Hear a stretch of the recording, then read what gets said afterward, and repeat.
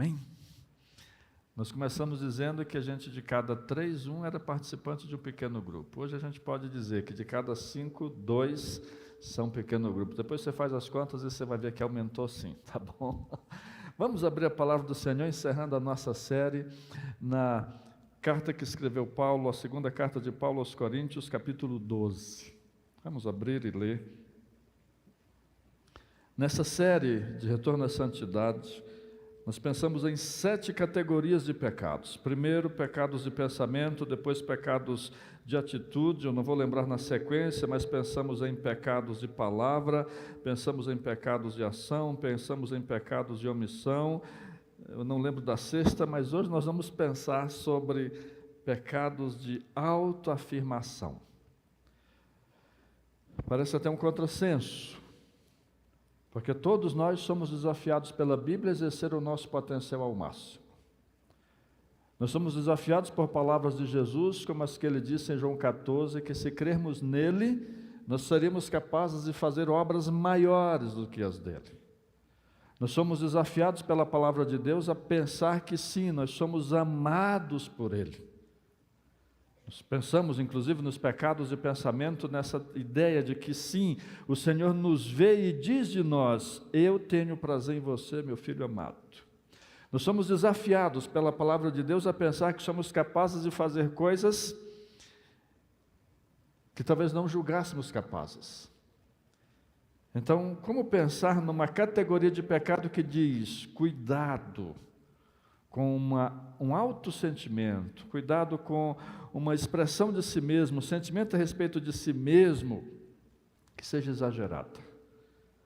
Parece um contrassenso, porque se de um lado nós estimulamos, não fique nessa baixa estima, não fique nesse pensamento de que não tem valor, não fique nessa depressão de que nada dá certo para você, não fique nesse sentimento mesquinho de achar que Deus não ama, e de repente pensar que exaltação é pecado. Sim, parece contrassenso, mas não é, e a gente vai entender isso em 2 Coríntios capítulo 12. Versículo 7, Paulo diz assim: e para que eu não ficasse orgulhoso com a grandeza das revelações, foi-me dado um espinho na carne. E olha a expressão forte: um mensageiro de Satanás, para me esbofetear a fim de que eu não me exalte. 3 vezes pedi ao Senhor que o afastasse de mim, então ele me disse: a minha graça te basta, porque o poder se aperfeiçoa na fraqueza. De boa vontade, pois, mais me gloriarei nas fraquezas, para que sobre mim repouse o poder de Cristo. Por isso, sinto prazer nas fraquezas, nos insultos, nas privações, nas perseguições, nas angústias, por amor de Cristo. E ele conclui: porque quando eu sou fraco, então é que eu sou forte. Que oposição, que aparente contradição.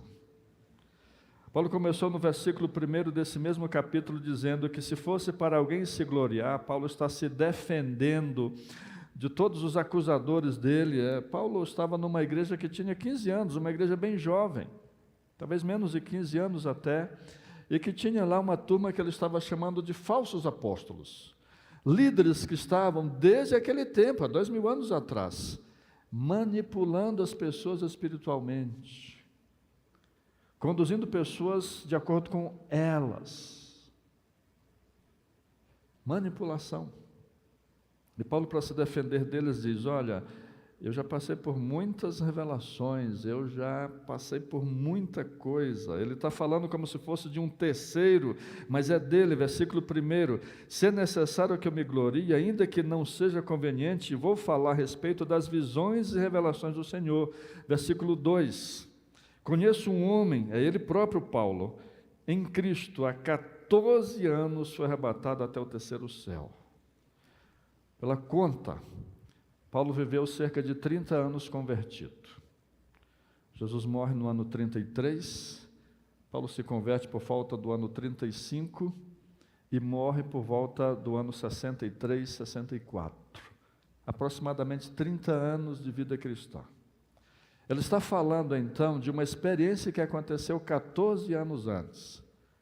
Essa experiência faz parte do tempo em que Paulo estava escondido, oculto.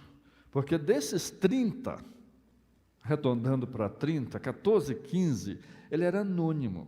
Ele só teve, na verdade, embora 30 de fé, 15 de ministério. Então, qualquer época que ele coloque antes de 15, era a época em que ele se converteu e ficou escondido, ficou se preparando, ficou isolado. Porque Paulo era o perseguidor da igreja, Paulo era aquele que queria matar, que queria prender. Então, as pessoas não confiavam de que ele agora era um convertido. Não confiavam. Ele passou então 14 anos, tanto para que as pessoas esquecessem aquela fama de mal dele, como se preparando. E o texto está dizendo que ele teve revelações tão grandes, como que tivesse sido arrebatado ao terceiro céu. O judeu acreditava em 7 céus, em níveis. Ele está se colocando como alguém que teve revelações fantásticas. Aquele tempo de preparação dele, de isolamento dos 14 anos que ele viveu no anonimato, foram tempos em que ele se preparou para ser o grande apóstolo que foi. A pessoa que, de certa forma, transformou o mundo. Paulo é colocado na Bíblia como aquele que mais expande o cristianismo. É colocado como aquele que tem os maiores frutos da história. Podia se orgulhar. Podia se sentir o bam. E aí Deus diz, que foi o texto que a gente leu, a palavra de Deus diz, o texto que a gente leu, que para que ele não se orgulhasse dessa maneira, foi dado a ele um mensageiro de Satanás. Já começa a ficar complicado, porque o espinho na carne, ele atribui a Satanás, não a Deus. Mas na convicção cristã, na convicção judaica, mesmo quando é Satanás que age, é Deus. Por quê? Porque Satanás não tem poder em si. É impressionante quando a gente faz a comparação entre as orações de muitas igrejas neopentecostais hoje com o livro de Salmos. O livro de Salmos é o livro de orações dos judeus. E no livro de Salmos você pode olhar do 1 ao 150. Em nenhum momento aparece o nome de Satanás. O judeu não falava com ele. Em muitas orações hoje o que a gente vê é mais falando com ele, mais brigando com ele, do que com Deus, do que orando a Deus. Como se ele tivesse uma força igual ao Pai. Até uma imagem, uma caricatura que roda muito a internet, que é Jesus e ele numa queda de braço, sem qualquer fundamento. Nós fizemos uma vez na nossa programação de jovens, ela permitia naquela época que a gente fizesse alguns exageros. E nós fizemos numa programação dos jovens uma espécie de dança, de pantomima. E foi extraordinária, foi impactante, porque a gente usou aquelas luzes de strobe, aquelas luzes que dão uma imagem de câmera lenta, que era alguém representando Jesus lutando contra alguém representando o diabo. E aí nós fomos para outra igreja com aquela apresentação, e o pastor não deixou não. Que absurdo, nunca! Pois é. O pastor estava mais certo do que eu. Eu deixei para os jovens fazerem aquela dinâmica, empolgados, eu permiti. Mas aquele pastor estava mais certo que eu. Não faz sentido aquela luta. Foi um belo espetáculo, mas que não faz sentido.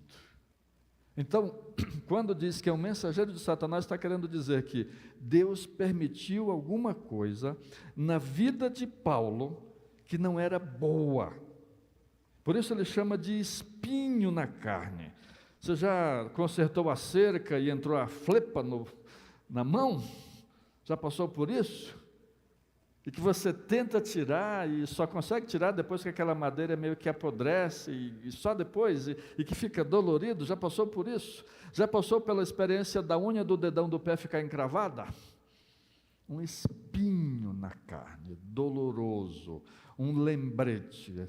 Você pode até esquecer da dor, mas qualquer coisa que trisca, a dor é sentida novamente. Deus permitiu. Esse espinho não devia ser uma oposição, devia ser sim uma batalha espiritual de Paulo, devia sim ser uma doença que Paulo está enfrentando. Com que finalidade? Olha de novo o versículo 7.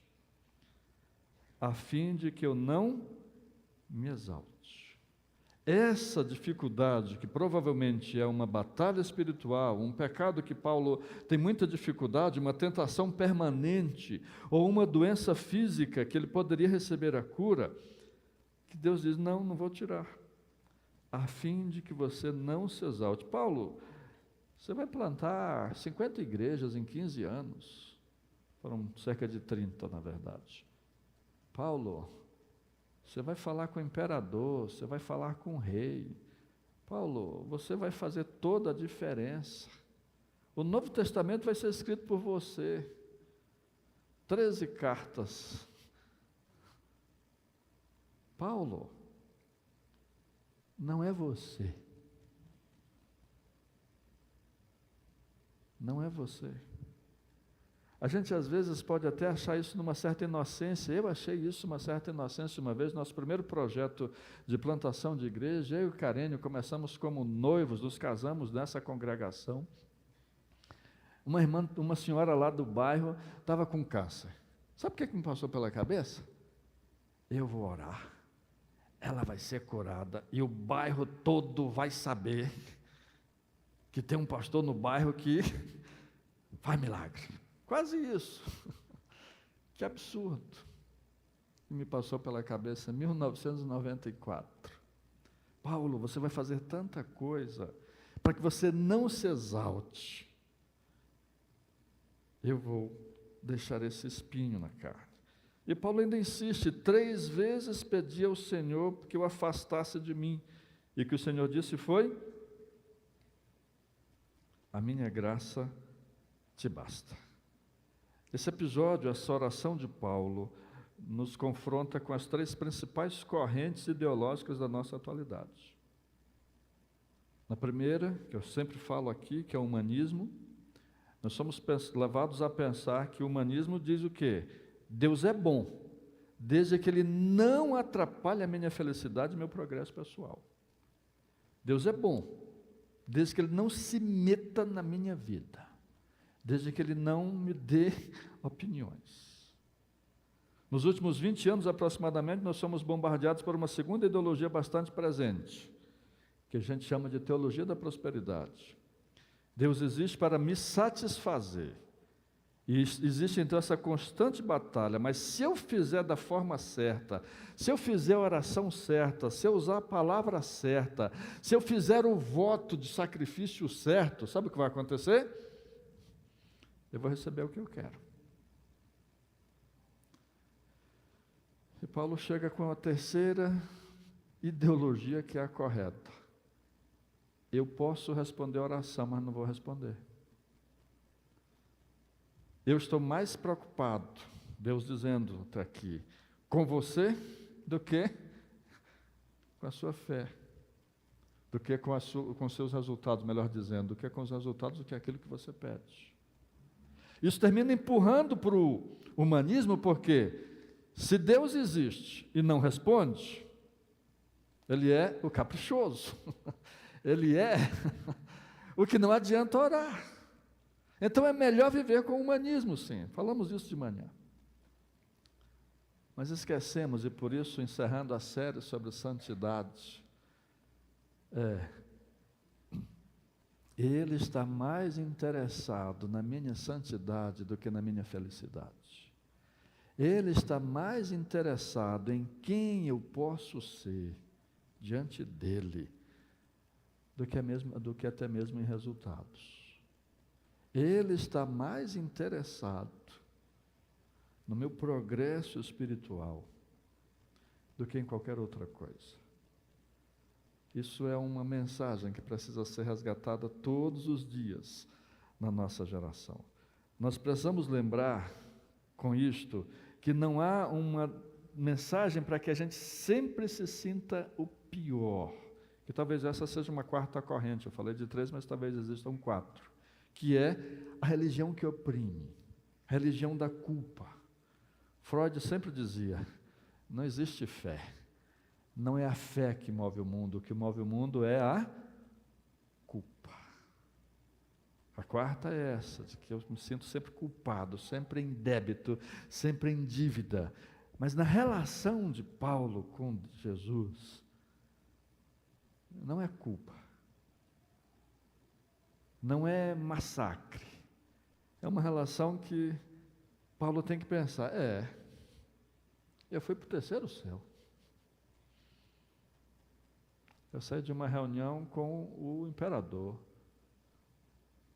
A cobra me picou e não aconteceu nada.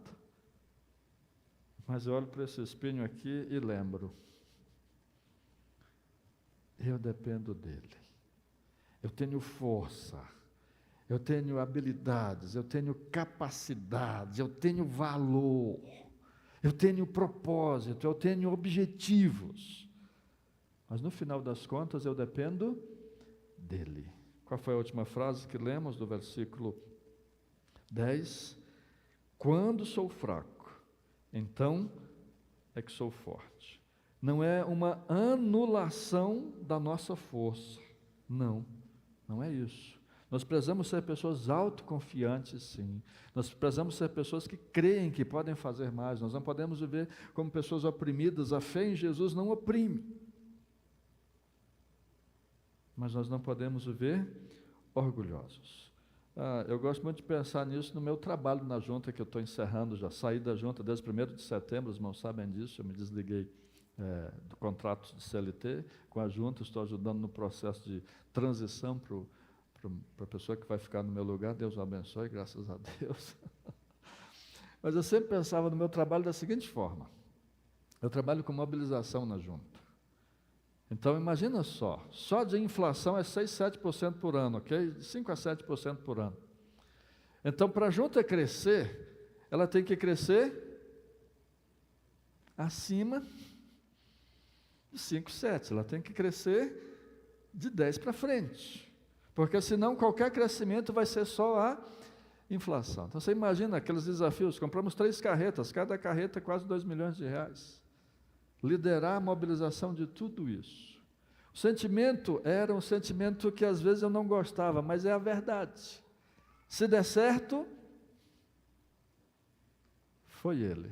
Se der errado, fui eu. É um sentimento que aparentemente é estranho, mas é isso que Paulo está pensando. Não, quando dá certo, é ele. Pequeno grupo deu certo? Quem foi? Ele. Isso não tira o nosso esforço. Isso não tira a nossa necessidade de trabalhar. Mas, pastor, o que isso tem a ver com a minha vida no dia a dia? Primeiro, tem a ver com a sua própria fé. O Joca, eu cito o nome dele, um grande amigo, faz tempo que não nos falamos, mas é um grande amigo. Quando eu perguntei para o Joca, por que você não se converte? E ele disse, pastor, já me converti 5 vezes e não firmei. E naquele dia eu disse, nunca vai se firmar. Mas o Senhor é capaz de fazer você se firmar. Deixe de confiar na sua própria força e confie que Ele vai fazer. Essa conversa aconteceu no ano 2001. O Joca permanece firme. Desde então, lá se vão 24 anos. Qual o segredo da Cristolândia? Para de lutar e se arrependa e converta-se, o Senhor vai te livrar do vício. Tem a ver com você que as lutas que você tem, elas precisam ser lutadas na força do Senhor. Porque quando você é fraco, então é que você é forte. Tem a ver que nos negócios, eu lembro de uma pessoa que perdeu tudo. Ela chegou a ter, no seu limite bancário, 12 milhões. O seu cheque especial valia 12 milhões. E perdeu tudo. Por quê? A sua ousadia que o levou do zero a um patrimônio extraordinário.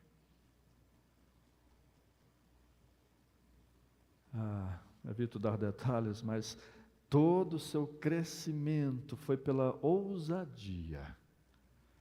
Chegou o dia que a sua ousadia destruiu tudo. Quando sou fraco, quando entendo limites, então é que eu sou forte. É um princípio que vale para toda a vida. E assim a gente termina a nossa série, Retorno à Santidade, com 16 pequenos grupos, com 243 pessoas envolvidas e com várias reflexões sobre como retornarmos à santidade. Mas sabe o que vai acontecer domingo que vem? Nós vamos começar a nova. Porque nós queremos continuar refletindo na palavra e pensando muito também nos nossos pequenos grupos. Você que ainda não participa, é desafiado a participar de um. Nossa próxima série será Uma Vida com Propósitos. Foi um livro, ele é um best-seller, já passou de mais de 1 milhão de cópias vendidas. Nós vamos pensar que nós existimos para 5 propósitos: adorar a Deus, manter comunhão uns com os outros, crescer na fé em Cristo e missões e servir. Será uma campanha, será uma série diferente, porque nós teremos ao longo dela várias ações. Num dos dias, nós teremos aqui um junta panela, domingo à noite, cada um já está marcado aí, vai trazer uma sobremesa doce ou salgada, para a gente ter um grande tempo de comunhão aqui, porque nós existimos para a comunhão. Teremos uma grande feira de ministérios, uma grande feira de missões, dia 23 de novembro, terminando o congresso Irmão Dittmar, e teremos uma feira de ministérios no dia 15 de dezembro. Será uma campanha extraordinária, mas agora é hora de voltar para o texto e pensar na frase final dessa pregação, desse texto que lemos. Porque quando sou fraco, então é que sou forte. Eu quero te convidar a orar e a encontrar agora na sua oração o equilíbrio. Porque se você olha para você e não vê valor, se você olha para você e não encontra nada de bom, se a sua música favorita é aquela, se tu olhares, Senhor, para dentro de mim, nada encontrarás de bom, para de cantar essa música. Para de cantar. Porque o Senhor te vê com valor. O Senhor te vê com grande poder, com grandes oportunidades. O Senhor te vê com um futuro. Mas enquanto você ora, é importante entender que não, por mais que você olhe e veja a sua sabedoria, seu talento, por mais que você olhe e veja a sua capacidade, o desafio e a palavra é olhar e, sem a necessidade de um espinho na carne, admitir: quando eu sou fraco, então é que sou forte. E talvez alguém aqui esteja na condição do Joca. Eu ainda não me converto porque tem coisas que eu preciso vencer que eu não consigo. Eu não me converto porque eu não me sinto capaz de permanecer firme. Quando você é fraco, então é que você é forte. Em oração, encontre esse equilíbrio de força, de confiança, sem exaltação. Em oração, que o Senhor te abençoe a não viver oprimido por culpa, oprimido por um sentimento de vazio, por um sentimento de falta de propósito, por um sentimento de desvalor. Que em oração o Senhor te abençoe a não buscar esse seu valor, ferindo pessoas, tentando provar que é capaz. Não. Que em oração você consiga entender seu verdadeiro valor, mas que em oração você consiga entender também que não há espaço para exaltação, porque a glória é dele. Se der certo, foi ele. Se não der, foi você, e ele vai perdoar e vai ajudar a fazer de novo. Faça a sua oração, assumindo o compromisso de não viver oprimido, de não viver numa eterna busca de valor, porque o seu valor já foi provado, mas assumindo o compromisso de não permitir a presunção. E se você está conosco hoje e quer tomar a sua decisão de ter Jesus como seu Senhor e seu Salvador, independente da convicção que você tem, se vai conseguir permanecer firme em pé ou não, eu quero pedir que você faça um sinal com a sua mão, erguendo a sua mão, para que alguém possa te identificar e te ajudar na caminhada que você começa agora. Se alguém que entende que permanecerá firme não por si mesmo, mas por causa de Jesus, que a força da sua firmeza não será sua, será dele, por isso agora você se rende a ele. Onde quer que você esteja, erga a sua mão, queremos identificar você e ajudar você nessa caminhada. Pai, no nome de Jesus, nós agradecemos porque sim, o teu poder se aperfeiçoa na nossa fraqueza, Pai, e que maravilha, porque o que há mais em nós é fraqueza. Mas, ó Deus, nós te agradecemos porque o Senhor é tão maravilhoso, que transforma a nossa fraqueza em força, que transforma a nossa incapacidade em vitória, que toma pessoas que não são empreendedoras e as fazem crescer em patrimônio, que toma pessoas que são até tão tímidas, mas que são tão discipuladoras, multiplicadoras. Obrigado, Pai, porque o Senhor tem nos abençoado, cantamos isso tanto hoje, nós te adoramos por isso. Nós pedimos que esta palavra fique muito forte em nosso coração. Quando somos fracos, então é que somos fortes. Nos ajude a cada dia a depender mais e mais de Ti. Nos ajude a Te amar mais e mais, mesmo nas crises, mesmo quando os espinhos na carne, quando oramos 3, 5, 30 vezes, esse espinho não sai. Nos ajude a entender e a viver a expressão de que a Tua graça nos basta. Ó Pai, nos abençoe. Em nome de Jesus. Amém e amém.